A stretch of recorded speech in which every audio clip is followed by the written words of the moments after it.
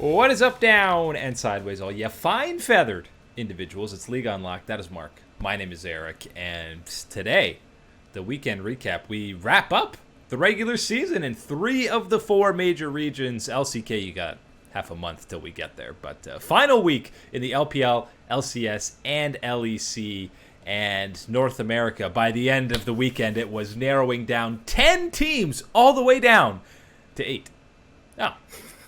2 teams. Man. Okay. We're getting prepped for this show, and we're chatting about what we're going to talk about. And we start talking about, man, LCS and LCS playoffs coming through. And I was just like, man, I thought I was escaping this nightmare that we've been having to talk about the LCS and the entirety of the league. No, we're only dropping 2 teams as we head towards playoffs. And look, outside of the very, very top, and I want to say the very top with Cloud9 just hanging on by a thread. I don't have a lot of confident or positive things about North America, and I don't think I need this many teams in the playoffs to come to that conclusion. Yeah, at least there shouldn't be disappointment at Worlds, probably. Since Cloud9's fallen off a bit, there's not really any of the expectations. But the match of the weekend, even though it was meaningless for Team Liquid, they had already locked up first. TSM had the potential to get a bye as well if they took down TL. And you know what? To North America's credit, yeah, there were a lot of mistakes in this game that we'll talk about. But for the most part, it was somewhat well played macro-wise. And the mistakes that we're going to look at are almost a refreshing thing to look at and say there was this one individual play or this one individual team decision that cost you the game.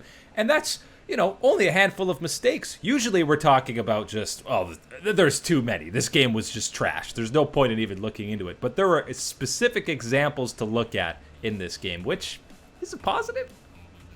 Yeah, certainly on the positive side and looking to it, this is a far cry from watching the Immortals versus TSM series that we've been unfortunately punished with this past year. When you watch this one against Team Liquid and you think about the mistakes that happened in this game, you're not feeling as sour about the region as you have in the past. And when you're looking on the positive side for Team Liquid, I thought Impact played really great on Shen. That is one of those champions, again, that is a tank, but not quite a tank, but Impact really excels on it and gets that full use split pushing out of it. It's his champion, basically. Yeah, he's been fantastic on it. And then on the second side, that was so great to see, is Broxa. This is something that we've talked about all year, to see the level of play, the execution come through from Broxa. How comfortable is he with Team Liquid? Major smite steals for him, and I don't care if you want to just put that to 50-50 and that was just luck type of situation.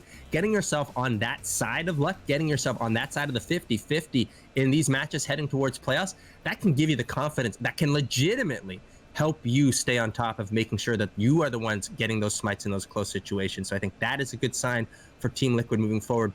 But the focus on those mistakes, the things that cost TSM the game in this one, yeah, none of them were overly egregious, maybe outside of the lack of awareness and vision around the Baron steal for Team Liquid. Other than that, you can live with those mistakes that happen in this game. And I think you can still live with those mistakes and find a way to win, even on the international stage.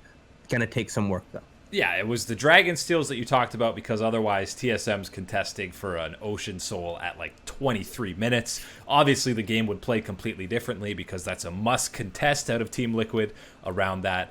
So the game would have been totally different. The Baron, Sneak Baron, yeah, that's just unacceptable and really bad by TSM. And then there was the teleport in the final team fight where Broken Blades gets interrupted, and then he ends up having to waltz across the map, whereas Impact Shen can go right in. That was bad, too. Yeah, that's one of those situations where I try to fight myself on that and say, yeah, that was a bad situation on Broken Blade, bad fight choice on TSM after getting the soul out. I don't know how much you could really avoid at that point. But that's one of those ones where you're like, you have to deal with the bed that you've made for yourself because of those missed smites. Because, again, if you get one of those, even just one of those 2 that was stolen away by Broxa, it's a different situation around that fight, and I think things obviously would play out differently. And as far as those smite steals go, I'll give one a freebie to speak about. I think the one where he didn't even get the smite off, that's the one where I have an issue not getting that one secured. But outside of that one, as far as losses go, this one doesn't hurt TSM as much as it could have. It's all mechanical misplays, save for the Baron. sneak. So those are easy fixes for pro players. We're just so used to NA teams having so many fundamental issues that it seems like fixing them is impossible. Didn't get that vibe from this game. Cloud9 ends up getting the bye because TSM loses that. Sure, they 2-0'd this week. They played CLG and Dignitas. They absolutely slapped CLG, but CLG is not an LCS level team. They actually struggled against Dignitas. I'm just not used to seeing this iteration of Cloud9 struggle against bottom tier teams in North America, even though they have the bye. My confidence isn't super high for them coming into playoffs. And that's even counting and giving credit to Dignitas for some of the, resurgence that they had in the last, 2-3 weeks of the LCS summer. Even at that point, considering their strength and how they played later on in the week, you can't give Cloud9 any points really for this week and the performance that they put up. And it's unfortunate because you're still waiting for that resounding bounce back, right? That really, like, this is Cloud9 back. And not only are Cloud9 back, they're playing towards that level of play that we saw in spring, that dominance that they've been able to show in the North American region. I haven't seen the signs of that bouncing back quite yet. I think we're going to have to wait until an actual best-of-5 playoff series if we're going to get to see that. Yeah, getting a 2,000 to 3,000 gold lead against CLG pre-15 minutes, I mean, I think some Academy squads could do that. So it's great that Cloud9 did dominate them in that fashion. But against Dignitas, they might not have even won that game if Phoenix let Johnson recall instead of bringing the whole team to him in the bush. Yeah, I that one I think definitely changes the picture of the game. But as I said, I think that one I'm going to give some props to Dignitas in the form that they have been showing. But it certainly is one that, again, if you're thinking about Cloud9 and you're having the hopes that you want to have for the success of this roster, you can't be struggling against the Dignitases of the world. And I mean, Dignitas is a playoff team now, so maybe you can be struggling against them. North America. The formatting for the LCS, before we look at the actual bracket, just a quick minute and we've poo-pooed on this format a lot. Just take the losers bracket from the LEC. I see what you're trying to do. You want to avoid 100 Thieves going as the second seed, a la 2018, but this is not the right way to do it. When you have a team that is riding an 8-game losing streak, and even after all that, the way the format works is, you know what? Let's give them another chance in a tiebreaker. Why do I want to see a team on an 8-game losing streak if they get a one-off, get into playoffs? Yeah, no, that's not how it should be. And again, I'm all for this type of, restructuring, finding out, trying to get the best possible competitive structure for these playoffs, for this trip to Worlds. This one ain't it. I can tell you that one right off the very, very bat. Maybe in the LEC, this could be it. But as far as North America goes, the level of play, the talent that we've shown as a region for not only just this year, consecutive years is the problem. I can't justify having 8 teams in this playoff. I don't know what you're thinking, what surprise you're going to get from teams 7 and 8 that you've seen in the last 3-4 years of the LCS. Because I tell you what, watching the LCS, the entirety of that time, I have not once seen an upset of that level for playoffs or even to consider it worthwhile. And look, yeah, I love getting extra games. I'm all for giving the extra games.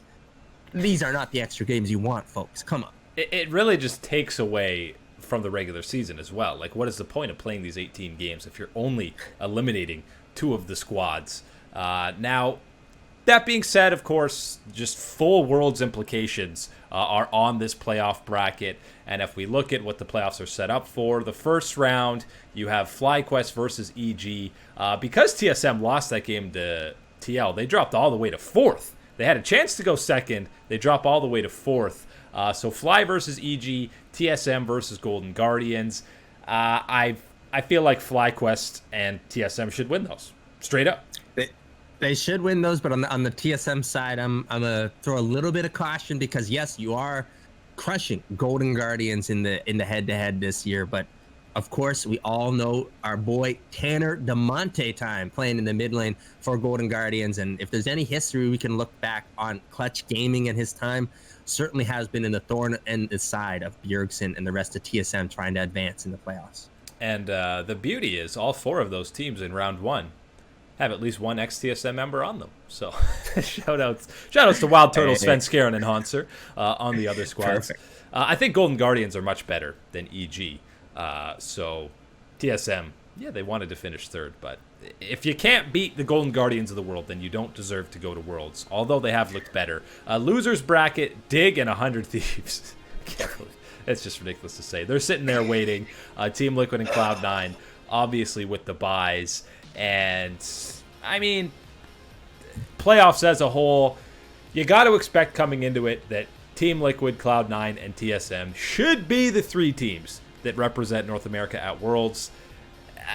Maybe FlyQuest can slide in there. Maybe Golden Guardians go on a miracle run. If anyone, it's TSM that's going to blow it and not be one of those three. Yeah, I think that's the right way to put it, and it's so unfortunate for TSM fans because it just means it's going to hurt again this year if it happens. If they blow it, that's how it's going to be, because that's the only way I see them really not finding a way to punch their ticket to Worlds in the way that it looks, the competition they're going to have to face here in North America to get there. At the end of the day, you will have no one to blame but yourselves for not performing, for not getting to the level that you need to book that ticket to Worlds. So unfortunately for TSM fans, it's up to TSM not blowing it. And if anything in history has told us is TSM will blow it if it's up to them not to. I mean, the way this format is set up, you don't even really need to beat Cloud9 or Team Liquid. You can lose every game to them. You just have to beat everybody else. It's kind of like running away from a bear. You're setting it up even worse right now. The more times you give them lenient steps into what you need to do to get the goal you want to accomplish, the more chances for failure there are for TSM. Yeah, and you're not used to saying that with the Double Lift Bjergsen era of TSM, yes. Because that's North America. Okay, whatever. That's easy. It's Worlds the disappointment happens. Might happen even before them. So 8 teams in the playoffs for the LCS. Only 6 in the LEC, and we got to start our Europe segment with one of the greatest comebacks, underdog stories of all time. 0-8, 1-10 Schalke rally off 7 wins in a row. I don't know if I've ever wanted a team to succeed more in the final week of the regular season. I was just hoping and praying that Schalke were able to get this run done, because it would be so sad to finish one game short. I think if you're any percentage of a neutral League of Legends fan when it comes to watching most of the LEC matches, you could not have been a bigger Schalke fan this past weekend, and how much you wanted to see this run come through. Yeah, these are the special things that you get to see in sports, in esports, these type of magical runs, these turnaround Cinderella stories, whatever you want to put it. This is what it had been for Schalke. And this isn't something as simple as, oh man, they put the God Gilius in, and God Gilius carrying them on Lee Sin, and it's been fantastic. They were 1-4 the first couple of times that the Gilius entered into the lineup. So it wasn't an immediate success change around here. No. This was a hard-earned, hard-fought turnaround for the crew at Schalke to get this one through. So you got definitely tip your cap on that strong performance to get into the playoffs. And as you said it, to not fall just one short, to get everything to work out the way it had to be. Again, as we said it, heading into it, they had to win all their games. And even at that point, only had a 75% chance to get into playoffs. Needed the other teams to help them out, follow up and through. And yes, they did. We're here celebrating, and it's going to be a Schalke party in the playoffs. And G2 and Mad Lions were part of those teams that they had to beat to make that playoff run. And Abadaga, listen, we give a lot of credit Gilius. He's been fantastic for them. But Abadaga has all of a sudden, you're talking about him behind Larson, Humanoid, and Caps. That's it. He has been right there in terms of mid laners during this win streak for Schalke, which came out of nowhere, really. I'm going to put this question to you. I mean, we've been seeing Closer play a lot for T1 recently. Haven't been seeing Faker around the LCK broadcast. Tell me what, have you seen Abadage and Faker in the same place at the same time? I don't think so, man. Something's going on there, because Faker Dage is absolutely bodying fools in the LEC. This is a fun one to watch. We've talked about Abadage for a while since entering the league, and especially with Schalke, and how much it's been inconsistency has been the real problem, is that we've seen these flashes of greatness, but it hasn't lasted for longer than a flash. This has been a prolonged stretch where he has been a completely different player, a absolute key pillar for Schalke to find the success that they have found in this back half of the summer split. Yeah, and I mean, he's aggressive. He's flashing aggressively on Corky and diving in on Corky. So that might be Faker also. We've seen that a few games out of them. But him and Gilius and Odawamne has been a rock in the top lane as well. They even overcame the 0-9 Ashe record on that champion in Europe to secure this spot. So shoutouts to Neon as well for actually being able to win a game on Ashe. And now they make it. They're in that 6th seed. Glad that they got there over Origin and Misfits, which is not something I thought I would have said when they were 0-8. One squad captured a spot at Worlds this weekend. It's a little confusing as to how Rogue, who finished first, bless their hearts, they looked really good. I think they deserve that number 1 seed. But why they clinch over Mad Lions or even G2? I mean, Mad Lions have the same bye as them. Well, they don't even really have a bye, but it's a little confusing. But Rogue is going to Worlds. Excited for all this young talent, Larson, Inspired, and Finn, and Hans Sama to return to the international stage. That's the crazy thing for me when you talk about this lineup and you look at Vander and Hans Sama returning to the World Championship. It's been so long. 3 and 4 years, respectively. And you know, when you're thinking about the first time you saw Hans Sama on the World Championship stage at the very beginning and thinking, yeah, this is going to be a long time of seeing this man perform internationally. And unfortunately, we haven't had that. Now we're going to get this. And that is one of the treats of getting Rogue in there as well. Of course, need TSM to finish up business on the LCS side to get our good old Rogue and TSM finally, eventually matchup happening at Worlds. Waiting for that one. But yes, excited for Rogue to get their ticket punched. A little bit wonky maybe with the way you look at some of these things and how, well, G2 won spring, but I guess that doesn't really count for all that much anymore. But hey, end of the day, I'm happy Rogue is going to Worlds, and I think a lot of LAC fans should be too. Yeah, and listen, the Rogue versus TSM meme, if they do somehow end up in a group together, like I'm rigging the script if I'm Riot to make that draw happen, because it would literally be memes not being dreams. They would be made real. That's just so hilarious that we've gotten to that point. But yeah, Rogue absolutely deserving for them. They're probably not even, well, it's harsh to say if they're actually favorites for the playoff run, because now you have a little known team in G2 who have rallied off 6 wins in a row to close out the regular season. Caps has still played at an MVP level even when G2 was struggling. He was the lone member performing. But during this win streak, I want to highlight the play of Wonder, because he has looked like 2018 Wonder, where we were talking about him as that MVP level player on G2 before Caps got over there. He has been probably the best top laner in EU. And this is a step away from his little stint of support top lane, of playing the Sorakas and Sonas of the world. Ugh. This is a different story, man. He's playing the disgusting Mundos of the top lane and finding ways to get that victory. God, I hate that champion. Yeah, Mundo, Cho'Gath. I can live with Cho'Gath. Mundo is just a whole different story. But I'm happy to see Wonder playing well again. This has been a big point for G2. Yes, Caps being the big focal point that had been carrying big time this summer split, needed some help from the other members of this team, the other star members of this team. And Wonder, this past couple of weeks, especially this one that just passed through, though, absolutely stepping up and delivering all-star level performances. There's one other member I want to talk about on G2. It is Mickey down in the bottom side. We did give him a little bit of heat, a little bit of pressure, saying, look, we brought the heat to Caps when it was spring and we had some of those craps performances. We brought a little bit of that heat to Perks here in summer, saying, like, look, we need to see some of those difference-making performances that you can make with your level of skill. At the same time, we needed to see Mickey step up as well. And this past weekend, absolutely no doubt in my mind, you saw Mickey's performance step up big time, and it absolutely led to a change in performance for the better for G2 on the Rift.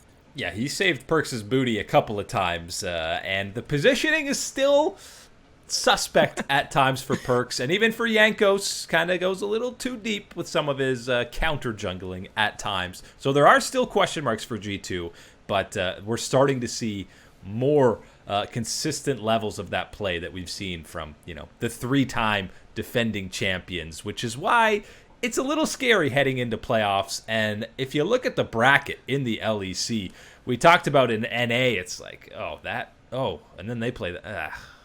When did Team Liquid or Cloud9 play? Oh, we have to wait a while. Oh, God. In EU, every single match, even SK versus Schalke. You have Schalke on this insane run right now. They should even be favorites if you're asking me. That's the 6-5 matchup against SK. I'm taking Schalke in that match. But then you look at the other ones, and right away, Rogue Fnatic, G2 Mad Lions. That's your opening round. Only bangers from the LEC. That's all you're getting as far as the playoffs go. And the best thing is, like, even moving on, it's only going to get better. It's only going to get more important. And there'll be rematches at that point. Exactly. This is going to be a wild ride for the playoffs for the LEC. And, of course, in contrast to the LCS, where we talk about having too many teams, you could even slide in 1 or 2 more squads in the LEC, and I still don't feel like you'd be oversaturating the pool of teams that you want to watch play in these type of a competitive scenario as playoffs. And you're right, because I do feel bad that a team like Excel, they're always so close as that 7th seed. Give me Excel and give me Misfits. Those are the two that I think that I could deal with seeing match up against anybody else here in the playoff picture for the LEC and still be very excited about. I'll take Vitality. I'll take everyone not named Origin. Everyone not named Origin. Yeah, that's what it's got to be. But I mean, Mad Lions versus G2. Now remember, these squads are going to have another chance. It's not you lose and you're out, which is great because I don't want to see any of those top 4 at the very least lose and then they're done. The 5-6, I believe you lose and you are out. But the top 4 get another opportunity, which means we get rematches. Rogue should be favorites against Fnatic. Best of 5, maybe it's a different animal of Fnatic that's coming out, but I'm still not convinced that they're finding their peak form yet. If they're at their peak, and again, I hate to sound like a broken record because I always talk about this saying that Fnatic are playing perfect. If they're playing at their very best, they are the best in the LEC. They've shown it against Rogue, and when Rogue is playing at their best, they've shown it that when Fnatic operates on all cylinders, when they find what they want, they can take it to the cleaners. The problem is they haven't been anywhere close to that form in a while, and let alone the actual increase in performance that you've seen from Rogue in all aspects leaves you to think that one is certainly in the favor of Rogue. But as you said, G2 and Mad Lions, I'm excited for that one because it's been 3 times now that Shadow has absolutely styled on not only Yankos, but everybody else on G2 with some incredible Lee Sin play. Let's see that taken away from him in this series and see if he can find it for the 3rd time to get some extra punch-ins on G2 or G2 are finally going to have the Mad Lions number. And this is the first time that Mad Lions are going into this matchup, and they're not these young upstart underdogs anymore. They were more consistent over the whole regular season. They should be the favorites, that's an absolute adjustment when you're playing from that side of the ring, something G2 is all too familiar with. We haven't seen G2, at least this roster, come into any match as any kind of underdog, and I bet you they're loving it. Oh yeah, you get to come in as loose as possible, know that, hey, we're the ones that get to create a little bit of chaos. We're the ones that get to create some disruption and anger on the other fandom side. That's what it's all about for these G2 boys, and they are certainly excited for their opportunity in playoffs this time. I'd still be scared to go up against G2. 3 in a row, six in a row to close out the regular season. It's going to be scary. You could have Craps in that lineup, and I'm still scared of the 4 other members of G2. Haven't seen any Craps this split, really. The LPL also wrapped up. They had so many games to close out. They were having 3 best ofs a day to wrap up their regular season. And one of the bangers, and Mark, you said you need a statement win from Suning against the top team. Well, they got it against FPX, but the problem is LWX wasn't playing. He was sick. The problem is what type of statement they made against a statement team with FPX as far as the situation. Yes, LWX had tonsillitis, I think it was, and had a high temperature, so couldn't play that game. So they went with the idea of, hey, let's roll Gimgoon in the mid lane, Khan up outside, and Doin B as our ADC. And that was, whoa, A wild time for FPX. Now, they had Khan listed as their starting AD carry, but immediately went topside. Doinb played bot in all 3 games. I think he played Karma, Cassiopeia, and Syndra. Hey, Syndra and Cassiopeia, that's fine. That's been played plenty in the bot lane. Karma. But yeah, Gimgoon in the mid lane seemed like a little bit of an issue. And listen, they still went to 3 games against Suning without their starting AD carry.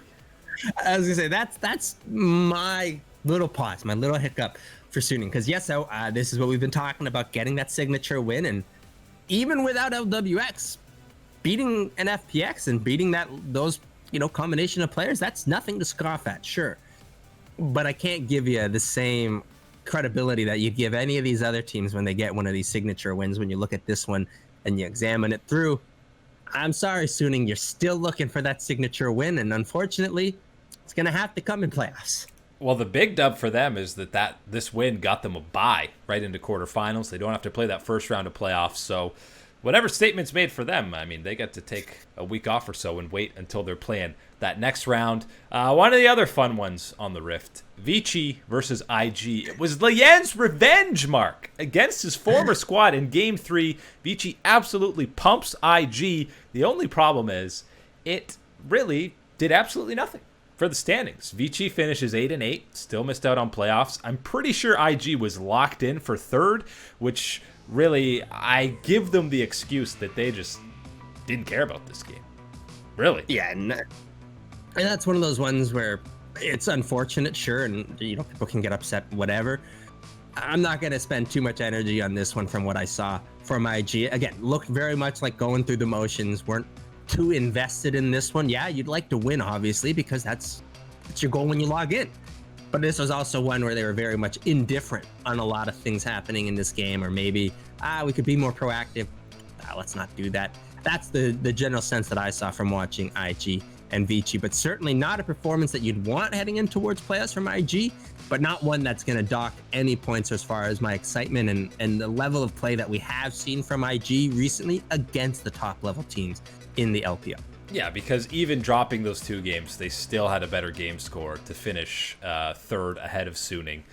So it really, they probably just weren't fully focused. But Lian, I guess, doesn't get the last laugh. He gets a laugh at IG on the way out as his season comes to an end. But now, regular season behind us in the LPL, it is, top eSports does squeak out that top seed. JDG grabs 2nd. IG, as I mentioned, 3rd. And Suning squeaks in for that 4th spot to wrap things up. And there's a lot of games in the LPL. And there's no losers bracket here. You lose a best of 5. You're going to the regional finals, which, as we know, between who qualifies off winning the split, points, and then there's the final 2 seeds will be settled in the regional finals. And for Top and JDG, 1 best of 5. If they both get to the finals, they both automatically qualify for Worlds. That's all they have to do. 1 best of 5.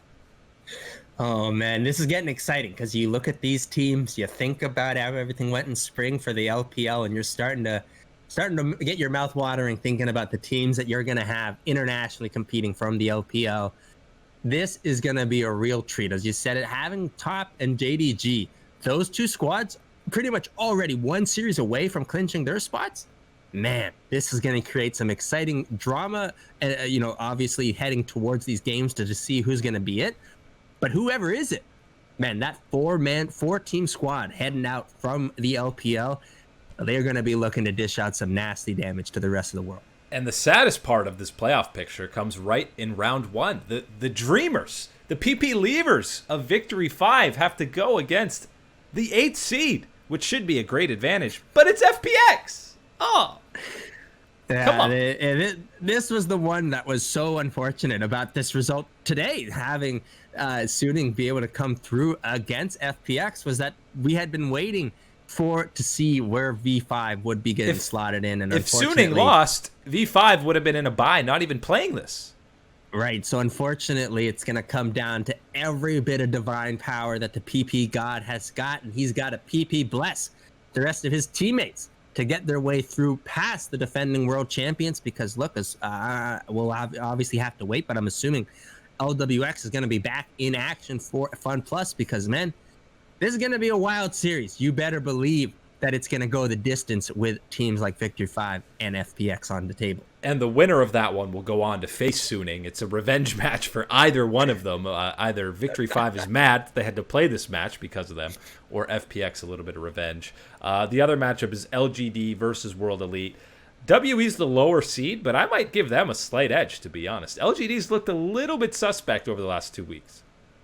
I don't think LGD's been in the exact form that they want to be heading towards playoffs. And as you said, it WE is one of those squads that everything we've watched from this year, they can absolutely rock you really fast in a couple games and steal away the series before you have any idea what just happened or how to change your way you were playing into that type of masterful class from WE. So that's going to be one that's certainly going to keep my eye on that upset possibility in that one. But this is an exciting start to the LPL playoffs. And Jumang finished with the same amount man of the match points as Knight with 11 games. So that's something to pay attention to if you're on WE. But the playoffs going to be insane. The bottom half of the bracket looks more difficult because it has JDG and IG. Because Suning finished top 4, it looks like TES has the easier road, but not by much because all 8 of these teams are really good. And there's no easy road in the LPL. There's no easy road. And real quick, little LCK look at DRX and Damwon 2-0'd. Easy matchups over the weekend. Nothing too big there. And T1, they also 2-0'd Team Dynamics. It was closer again. That is the 4th series in a row that the young man has 2-0'd with the T1 boys. And they're still looking good. No Faker. They're looking real good.